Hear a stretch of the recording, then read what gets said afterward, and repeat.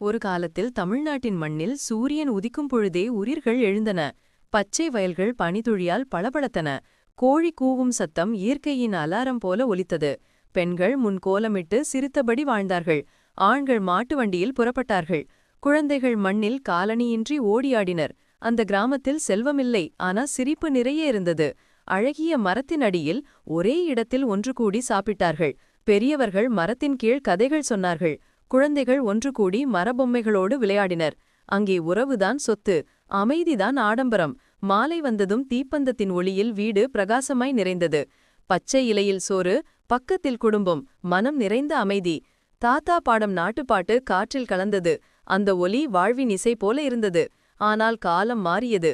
மின்னொளி வந்தது, சாலைகள் அமைந்தன, மொபைல் டவர்கள் எழுந்தன, மாட்டு வண்டிகள் மறைந்து இயந்திரங்கள் வந்தன. பச்சை நிலம் மெதுவாக காங்கிரீட்டாக மாறியது. மனிதன் இயற்கையை வென்று தனிமையோடு சிக்கிக்கொண்டான். இப்போது நகரம். சத்தமும் நச்சுப்புகை மூட்டம் நிறைந்த ஒரு காலை. வாகனங்கள் ஒலிக்க மனிதர்கள் ஓடுகிறார்கள்.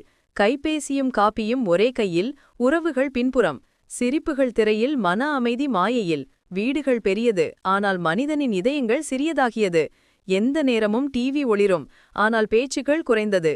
குழந்தை விளையாடுவது திரையோடு, தாய் மொபைலில், தந்தை லேப்டாப்பில் என ஒன்றாயிருந்தும் தனிமையில் ஒவ்வொரு நாளும் வாழ்க்கை நிறைந்தது. ஒரு சிறுவன் ஜன்னலின் வழியே தான் வசிக்கும் நகரத்தின் காட்சியை காண்கிறான். மரங்கள் இல்லை, பறவைகள் இல்லை, புகை மூட்டம் மட்டும். அவன் நினைவில் மிதக்கும் பச்சை நிலம், பாட்டியின் கிராமம், ஆற்றின் ஓசை, இவை அனைத்தும் தொலைந்த கனவுகளாகிவிட்டன. ஆனால் ஒரு நாள் அந்த மனிதன் தன் ஊரை மீண்டும் அடைந்தான். மண்ணைத் தொட்டு மண் வாசனையை சுவாசித்தான். பனிக்காற்று முகத்தை தழுவ பழைய மரம் இன்னும் நின்றது. பழைய மக்கள் சிரித்தபடி வரவேற்றனர். அங்கே ஒரு புதிய உயிர்ப்பு அவனுள் பிறந்தது. அப்போதுதான் அவன் உண்மையை உணர்ந்தான். நாகரிகம் நம்மை வசதியாக்கியது, ஆனா இயற்கைதான் நம்மை மனிதராக வைத்திருக்கிறது. மன அமைதி தார் சாலையிலும் பெரிய கட்டிடத்திலும் இல்லை, அது இயற்கையின் மண்ணிலும் உண்மையான உறவுகளின் அன்பிலும் தான் உள்ளது.